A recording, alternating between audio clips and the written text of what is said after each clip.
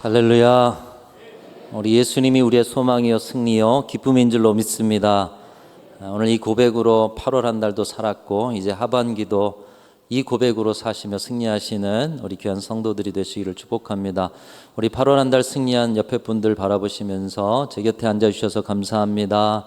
8월 잘 사셨습니다. 사랑합니다. 축복합니다. 어느 초등학교 미술대회가 있었습니다. 이 미술대회 주제는 불조심이었다고 합니다. 우리 어린 시절에 보면 6.25나 8.15 광복절이나 이런 상황에 안보, 평화 또 이런 불조심, 표 만드는 일들이 꽤 있었는데요. 이 미술대회 주제가 불조심이었습니다. 근데 모두들 열심히 이제 그림을 그리고 색칠을 하는데 한 학생이 그림을 그리지 못하고 멈춰 있었어요. 평소에 미술 시간에는 친구들이 크레파스를 빌려주는데 가난했던지 크레파스가 없었던 이 학생이 이 미술 대회에서는 친구들이 자신의 그림을 그리느라 크레파스를 빌려주지 않아 그림을 그릴 수가 없었습니다. 특별히 불조심이라는 주제에 여러분 불조심이면 가장 먼저 떠오르는 그림이 있죠. 뭘까요? 소방차, 불. 그러면 색깔은 뭘까요? 친구들도 대부분 이 빨간색으로 막 칠하다 보니까 크레파스를 빌려줄 수가 없었습니다. 그래서 이 친구는 그림을 완성하지 못했다고 합니다. 그런데 똑같은 상황의 친구가 있었습니다. 이 친구도 크레파스가 없었습니다. 그런데 이 친구는 아까와는 좀 달랐습니다. 이 친구는 소방차를 그리더니 검정색 크레파스로 소방차를 온통 시커멓게 칠해버렸다는 거예요. 크레파스가 없어서 그랬나? 이렇게 생각해 볼 수 있는데 이 시커먼 소방차 위에 표어를 이렇게 썼다고 합니다. 소방차도 불에 탄다. 대단히 지혜로운 친구죠. 한 친구는 소방차는 빨간색이어야 한다는 생각에 사로잡혀서 대부분의 친구들이 그랬죠. 이 친구는 그 생각에 그림을 완성하지 못했어요. 근데 다른 친구는 그 고정된 생각을 넘어서니 전에 본 적 없는 시커멓게 불에 탄 소방차를 그릴 수가 있었다는 것입니다. 여러분은 어떤 어린이와 좀 가까우십니까? 첫 번째 어린이입니까? 아니면 두 번째 어린이입니까? 대부분의 우리는 우리가 보는 것이 전부라고 생각하면서 내가 보고 생각한 나의 고정된 생각의 한계에 갇혀서 살아갈 때가 많습니다. 그러나 눈에 보이는 것만으로 판단하는 자기만의 편견을 과감하게 내려놓으면 새로운 세상이 열리고 행복한 그런 시간과 자유가 주어진다는 것입니다. 오늘날의 세상의 모든 문제를 보면 문제의 시작이 이와 같습니다. 자기 눈으로 본 것만을 고집하고 마음의 눈으로 보지 못한다는 것이죠. 눈으로 본 것만으로 짐작하고 그 짐작이 사실인 양 착각과 오해를 쌓아가고 그 오해가 다툼을 낳고 서로의 진심을 확인하지 못하게 될 때면 파탄의 지경에 이르는 것. 오늘 시대에 우리가 시대를 보고 우리의 가정을 보고 이 시대의 신앙의 자리마저도 이런 패턴으로 문제가 세상을 어둡게 만들어가고 있습니다. 서로의 진심을 확인하기 위해서는 우리가 보이는 것으로만 보는 것이 아니라 마음의 눈으로 보아야 한다는 것이에요. 마음의 눈으로 보는 것은 어떻게 하는 것입니까? 마음의 눈으로 보기 위해서는 가장 먼저 육신의 눈으로 보면서 생겨난 편견을 버려야 한다는 것입니다. 편견을 버리면 버릴수록 삶의 폭이 더 넓어집니다. 더 많은 사람과 소통이 됩니다. 더 많은 사람의 마음을 얻을 수가 있는 것입니다. 대부분의 사람들은 이 일을 알면서도 자신은 공정하다, 자신은 이 원칙으로 살아가고 마음의 눈으로 본다 생각하면서 이 원리를 자신에게 적용하지 않는 것, 이것이 시대의 문제를 낳는 것입니다. 그런 우리를 그 한계에서 끌어내어서 더 넓은 세계로 인도하고 한계 넘어 진정한 새로운 행복의 길로 나아가게 하는 자리, 바로 저와 여러분이 가진 신앙의 자리인 줄로 믿습니다. 여러분, 신앙의 자리는 주님의 명령이라면 따라야 해요. 주님의 말씀이라면 순종해야 돼요. 내 편견의 길만 갈 수 없어요. 내 편견 내려놓고 하나님의 뜻을 쫓아가야 하는 자리가 신앙의 자리예요. 그래서 예수님께서도 말씀하셨습니다. 특별히 마가복음 8장 34절 말씀 보면 이렇게 말씀하셨습니다. 누구든지 나를 따라오려거든, 따라하겠습니다. 자기를 부인하고 자기 십자가를 지고 나를 따를 것이니라. 자기를 부인하렵니다. 여러분, 자기를 부인하라는 말이 무슨 말일까요? 여러 가지로 우리의 삶에 적용해 볼 수 있겠지만, 눈으로 본 것만으로 만들어 왔던 자기 편견에 갇혀 살지 말고 그 편견을 부정하고 내려놓으라는 말씀인 것입니다. 편견의 감옥을 만들어 그것으로 자신만 아니라 주변 사람들까지 불행하게 만들며 살지 말라는 것입니다. 그래서 참 신앙인에게는 적이 없습니다. 편견이 없으니 편이 없습니다. 참 신앙인은 끊임없이 마음의 눈으로 보려고 애를 쓰는 것이에요. 보이는 것만으로 보려고 하는 것이 아니라 그 속에서도 마음의 눈으로, 그리고 그 속에 생겨나는 많은 생각 속에 편견을 끊임없이 편견과 싸우고, 그 속에서 모든 사건과 사람을 진심으로 대하려 몸부림치기 때문에, 여러분, 진심은 통하는 것이에요. 심지어는 집에서 기르는 강아지, 고양이도 주인이 자기 사랑하는 줄 알아요. 진심을 알아요. 하물며 사람인 우리, 만물의 영장인 우리가 서로의 진심을 느낄 수가 없겠습니까? 신앙인은 진심으로 살려고 몸부림치는데, 그러다 보니 참 신앙인은 적이 없어요. 편이 없어요. 고린도전서를 보면은 아볼로파, 바울파, 그리스도파, 너희가 어찌 신앙 안에서 그런 나눔을 가지고 살아가느냐? 참 신앙 안에 살지 못한다는 것이죠. 편이 나누어진다는 거예요. 그러나 진정한 신앙, 참 신앙은 자기 부인의 삶, 마음의 눈으로 보려고 몸부림쳐요. 편견과 싸우면서 살아가요. 그러면서 모든 사건과 사람을 진심으로 대하려고 몸부림치기에 적이 없어요. 편이 없어요. 나누어지지 않아요. 사랑하는 성도 여러분, 마음의 눈으로 세상을 보면서 살아가시기를 주님의 이름으로 축원합니다. 세상 모든 사람들에게 진심을 나누는 주님의 참 제자들이 되실 수 있기를 축복합니다. 저 사람 만나면 뭔가 내가 많은 걸 모르겠지만 어쨌든 저 사람은 늘 진심이라는 걸 내가 알아.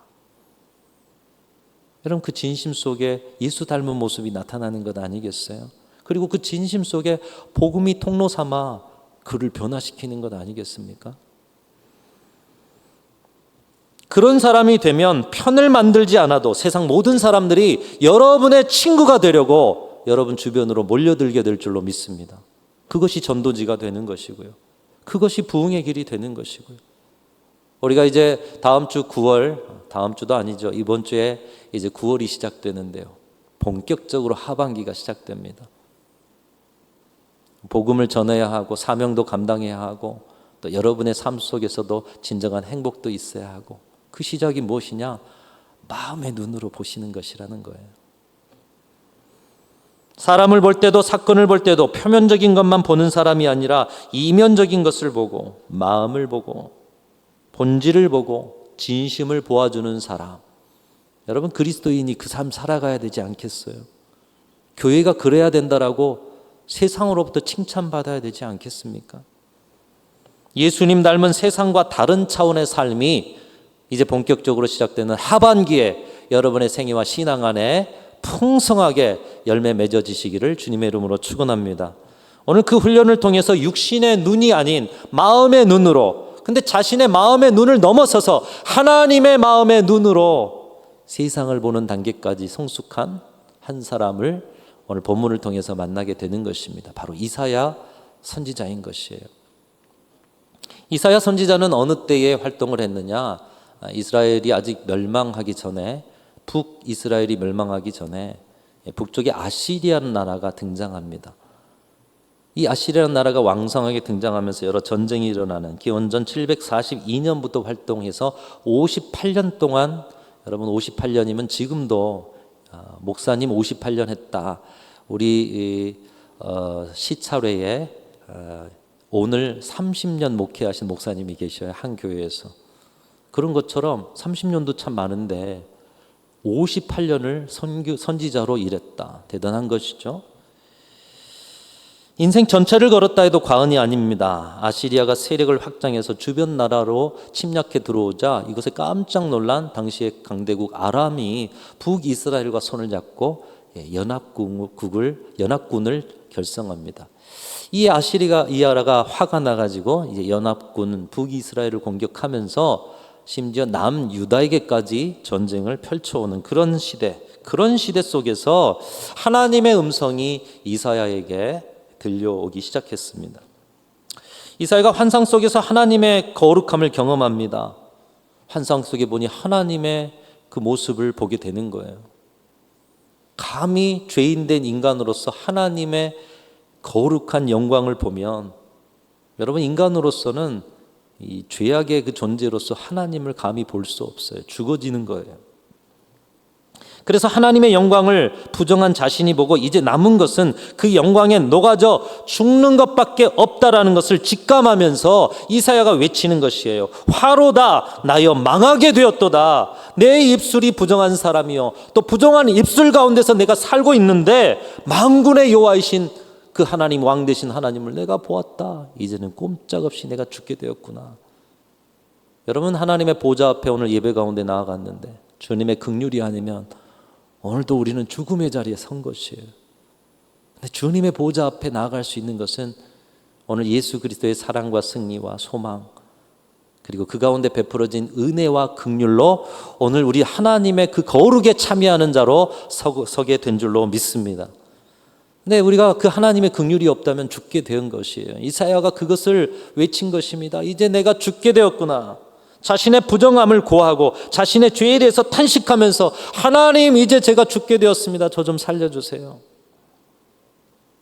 여러분, 하나님의 은혜를 경험하는 일은 이사야처럼 자신의 부족함, 자신의 죄성을 인정하고 탄식할 때 바로 그 자리에서부터 하나님의 은혜가 시작되게 되는 줄로 믿습니다. 이사야는 왕족이었어요. 금수저를 물고 나왔어요. 인생이 보장된 사람이었습니다. 그러나 그 내면은 인생의 찌꺼기가 가득한, 감히 하나님의 거룩함 앞에서 설 수 없는, 그 거룩함에 녹아져 순식간에 사라질 연기와 같은 보잘것없는 자신임을 알고 회개하고 엎드리며 탄식할 때 하나님이 그에게 은혜를 베풀어 주셨습니다.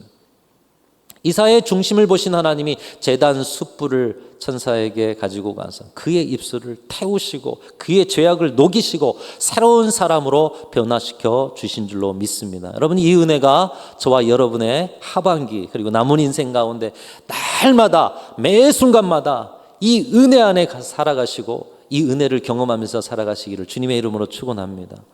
나는 죽을 죄인입니다. 나는 감히 하나님 앞에 나올 수 없는 자입니다. 그런 저를 예수 그리스도의 보혈로 성령의 권능으로 오늘 또 자녀 삼아 주십니까? 여러분, 이 은혜 없이는 우리가 주님의 일을 감당해도 또 다른 은혜에 이를 수가 없어요. 때때로 우리가 부족하고 여전히 우리는 죄인일 수밖에 없지만 하나님의 은혜는 변함없다는 사실, 여러분 오늘 또 기억하시고 내일 또 그 은혜에 감사하시는 저와 여러분들 되시기를 축복합니다. 인생에 예상 못한 일, 큰 실패를 경험한 한 장로님이 계셨어요. 사람이다 보니 장로의 직, 목사의 직을 가져도요, 상심이 크다 보면 주님의 일들을 계속 감당할 수 없고 인간적인 힘겨움에 무너질 수 있는 것이죠. 근데 이분이 그랬던 것 같아요. 너무 큰 실패 속에 하나님께 충성하고 잘 섬겼는데 왜 내 인생에 이런 일이 있을까? 상처가 되어서 교회를 그만 떠나고 말았다고 합니다. 너무 속이 상해서 5년을 술로 마음을 달래면서 지내고 어느 날 술을 한 잔 걸치고 얼큰하게 취해서 집에 가다가 보니까 마을 마당에서 그 마당에서 큰 소리가 나는 것을 보았습니다. 무당 굿이 펼쳐지고 있는 것이에요. 사람들이 모여 있으니 이 사람들의 무리의 틈에 끼어서 술에 취해서 뭐 하나 하면서 무당 굿을 보게 되었어요. 그런데 한참 춤을 추던 무당이 사람들을 둘러보면서 말합니다. 눈이 뿌여서 안 보여. 혹시 이 중에 예수 믿는 사람 있으면 빨리 가세요. 이렇게 이야기했다라는 거예요.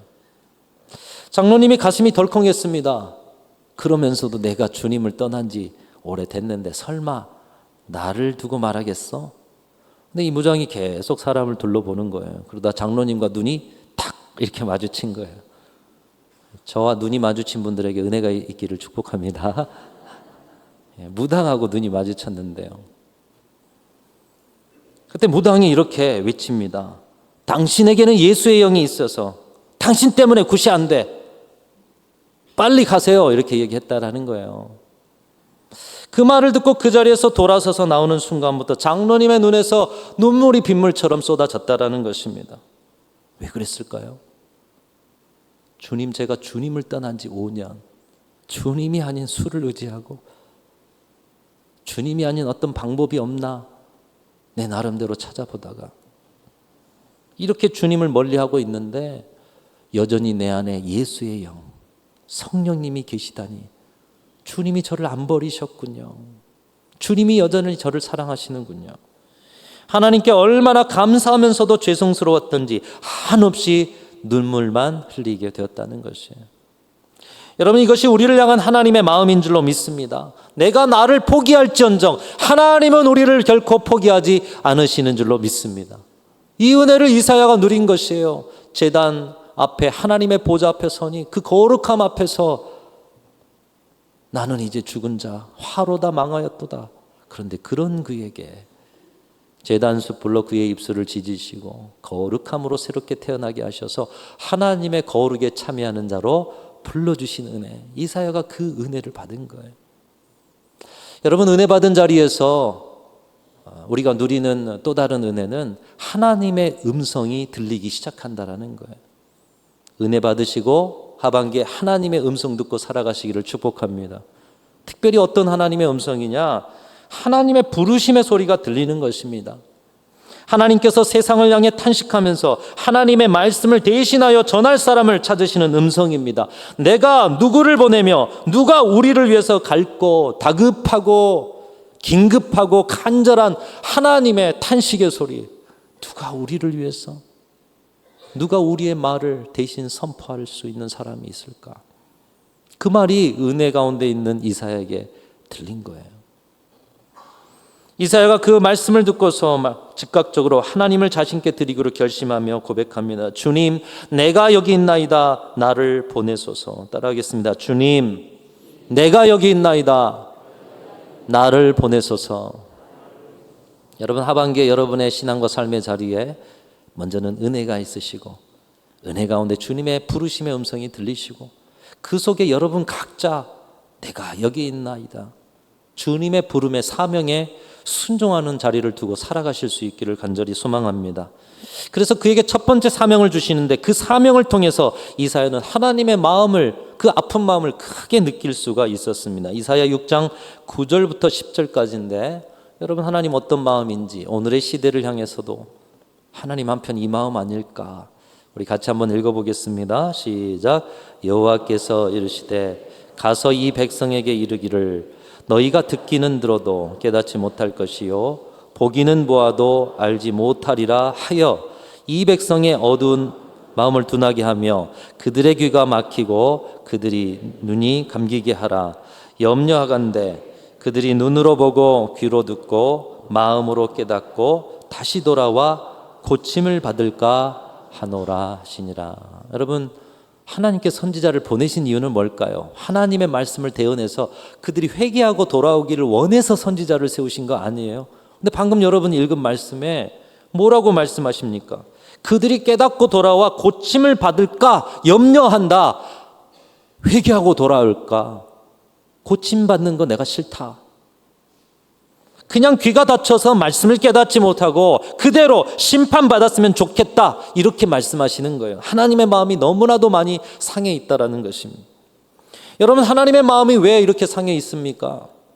하나님의 백성이 하나님보다 다른 것을 더 의지하였기 때문이라는 거예요. 여러분, 지난 한 주 삶 속의 여러 일들을 돌아보십시오. 하나님보다 더 의지한 것 없으십니까? 여러분이 의지하는 그것을 위해 한 주를 사셨습니까? 아니면 하나님 의지하면서 어떤 상황에도 감사하며 사셨습니까? 이스라엘 백성들에게 하나님의 마음이 이렇게 상해 있어요. 그들이 강대국을 의지했습니다. 아수르를, 아람을, 바벨론을, 애굽을 의지했어요. 그들이 하나님보다 자신이 가진 능력과 지식과 물질과 인맥을 의지하였습니다. 그들이 하나님보다 세상 사람들 하는 것과 똑같이 자신의 눈에 보이고 손에 잡히는 것을 의지하였다라는 것입니다. 이 패역한 길을 돌이키기 위해서 때때마다 선지자를 보내셨음에도 불구하고 선지자들의 소리에 귀를 기울이지 않고 그들은 하나님의 마음에 대못을 박았던 것이에요. 이사야는 이런 하나님의 아픈 마음을 알았습니다. 그리고 하나님의 말씀대로 목숨 걸고 단호하게 하나님의 심판의 메시지를 동족에게 전했던 거예요. 그런데 이 심판의 메시지를 선포하고 또 선포하면 할수록 하나님의 본심이 심판이 아니라는 사실을 오늘 방금 읽은 말씀에 그 6장 말씀에는 내가 저들이 그냥 심판 받았으면 좋겠어. 듣지 않고 불순종해버렸으면 좋겠어. 근데 심판을 선포하면 선포할수록 하나님의 본심이 그것이 아님을 이사야는 깨달았던 것입니다. 이사야서를 보면 곳곳이 심판의 메시지가 나오지만 이 심판의 메시지 곳곳에 생명의 오아시스처럼 회복의 말씀, 치유의 말씀이 있는 것을 볼 수가 있습니다. 예언을 시작하고 선지자로서의 사명을 시작할 때만 해도 하나님을 배반한 이스라엘 백성들의 하나님 마음 상에서 강력한 심판의 말씀을 선포하려 했는데 그런 하나님께서 끊임없이 긍휼을 잊지 않으시고 피할 길을 내시고 회개할 길을 반드시 내어놓으신 것을 보면서 하나님의 본심이 그것이 아니구나. 하나님의 본심은 이스라엘에게 재앙이 아니라 평안이요 심판받아 마땅한 자들까지도 사랑하셨다라는 사실을 그가 점점 깨달아가는 것입니다. 그 마음을 알게 되자 이사야에게도 새로운 변화가 일어납니다. 심판받아 마땅한 그들에게 심판의 메시지로 강력하게 채찍질을 하던 그의 마음이 이제 하나님의 마음 본받아 간절한 마음으로 그들이 돌아오기를 바라는 외침으로 그의 메시지가 바뀌게 되는 것이에요. 이사야서 55장 6절 7절에 여러분 이스라엘 백성들을 향한 간절한 마음, 오늘 저와 여러분은 이 말씀이 너무 좋아서 잘 알고 있는 말씀이지만 여러분 오늘 말씀과 역사적 시절과 상황 속에서 이 이사야를 통해서 또 이사야가 간절한 그 마음으로 그들이 돌아오기를 원하는 그 마음 가지고 우리 같이 한번 읽어보겠습니다. 시작. 너희는 여호와를 만날 만한 때에 찾으라. 가까이 계실 때에 그를 부르라. 악인은 그의 길을, 불의한 자는 그의 생각을 버리고 여호와께로 돌아오라. 그리하면 그가 긍휼히 여기시리라. 우리 하나님께로 돌아오라. 그가 너그럽게 용서하시리라. 이스라엘 백성들아, 너희 죄악 때문에, 그 패역함 때문에 심판받아 마땅한 자들아, 하나님께서 심판 중에도 너희들에게 죄를 씻고 회개할 기회를 주신다. 육신의 눈으로 보고 만든 너희들의 생각과 편견과 죄악을 다 내려놓고 너희 자신을 부인하고 탄식하며 주님께로 돌아와라. 그리하면 하나님께서 얼마든지 너그럽게 용서하실 것이다. 이것이 심판 가운데서도 너희를 향한 하나님의 본심이다. 하나님이 너희를 사랑하니, 너희를 용서하려고 하니 어서 돌아와라. 여러분 이사야 선지자가 이렇게 그 자신도 바뀌고 있는 거예요. 강력한 심판에 대한 채찍과 같은 말씀. 그런데 하나님의 본심은 재앙이 아니라, 심판이 아니라 사랑이요, 용서요, 회개요. 이사야는 그 하나님의 본심을 알고 하나님의 마음으로 심판을 보고 하나님의 마음으로 영혼을 보고 하나님의 마음으로 사역하면서 더 높은 차원의 사랑과 긍휼에 하나님 닮은 선지자로 성숙하고 변화되어졌던 것입니다. 사랑하는 성도 여러분, 주님의 일을 감당하면서 하나님의 마음에까지 이르시기를 주님의 이름으로 축원합니다. 사역의 자리는 그저 일하는 자리가 아니에요. 주님의 일을 감당하고 부르심에 순종하는 자리는 여러분이 성숙해가는 자리요, 여러분이 알지 못했던 하나님을 만나는 자리인 것이에요. 왜 내게 은혜가 없고 왜 내게 과거보다 더한 체험이 없습니까? 사역의 자리로 나가셔서 하나님의 마음을 아셔야 한다는 거예요. 이 이사야의 성숙은 여기에 머물지 않습니다. 처음에는 심판의 단호한 어조에서 시작했지만 하나님의 마음을 알자 동족에게 하나님의 긍휼한 마음으로 돌아와라. 그런데 이제 동정만 아닙니다. 과정에 하나님의 마음을 더 깊이 알아가는 이사야는 이제는 동정만 아니라 온 세상을 사랑하시는 하나님의 마음을 이식받아서 원수의 나라까지도 간절히 애타는 마음으로 그들이 회개하고 돌아오기를 선포하고 있습니다. 오늘 보면 바로 다음 이사야 20장에 보면 하나님께서 이방 나라 애굽에게 심판의 메시지를 전하라 말씀하십니다. 그러면서 이사야에게 하라고 명령하신 것이 뭐냐? 3년 동안 허리띠를 풀고 벗은 몸과 벗은 발로 다니라는 것이에요. 지금의 우리 옷과는 달리 이스라엘 옷 천을 이렇게 걸치고 이렇게 묶어진 옷 아니겠어요? 근데 허리띠를 풀라는 것은 비록 천은 걸치고 있지만 속이 다 보이게 한다는 거잖아요. 주님의 일을 해도 상식과 정도가 있지. 여러분 오늘 이 자리에서 여러분에게 주님 사역하는데 벗고 다녀라. 그 시대에도 벗고 다녔잖아요. 지금 이사야가. 오늘의 시대라고 시대가 다르니 덜해라 이런 차원이 아니라 이 말씀이 선포가 될 수도 있죠. 그렇다면 과연 우리는 순종할 수 있을까? 그러나 하나님의 마음으로 보니 애굽의 백성들의 불쌍한 그 자리가 보이는 거예요. 애굽이 멸망해서 포로로 끌려가면서 엉덩이 볼기짝이 다 드러나 벗은 몸 벗은 발로 수치스럽게 죽어가는 애굽 백성의 모습들이 보여지니 하나님의 긍휼한 마음으로 그것이 보여지니 그들을 안타까워하시는 하나님의 마음이 느껴지니 이사야는 기꺼이 3년을 벗은 몸 벗은 발로 다니면서 하나님의 말씀을 자신의 몸으로 그들에게 전하였다라는 거예요. 오늘의 시대에 저를 비롯한 사역자들, 또 오늘의 시대에 직분자로 부름받으신 분들, 아니 하나님의 그 은혜의 기이한 빛에 들어가게 하신 아름다운 복음의 은혜를 맛본 자들이라면 여러분, 여러분의 삶 속에 이 하나님의 사랑과 긍휼의 마음을 힘입어 죽어가는 영혼들을 바라보실 수 있는 생명의 눈이 떠지실 수 있기를 주님의 이름으로 축원합니다. 이 이사야가 그렇게 변화되게 됐던 거예요. 자기 동족만 긍휼히 여긴 게 아니에요. 애굽이 누구입니까?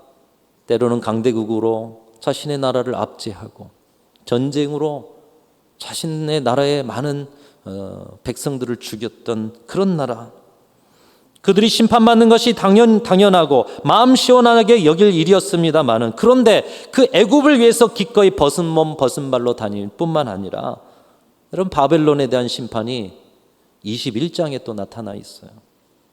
바벨론의 임할 심판에 대해서 두렵고 떨리는 마음으로 몸서리칩니다.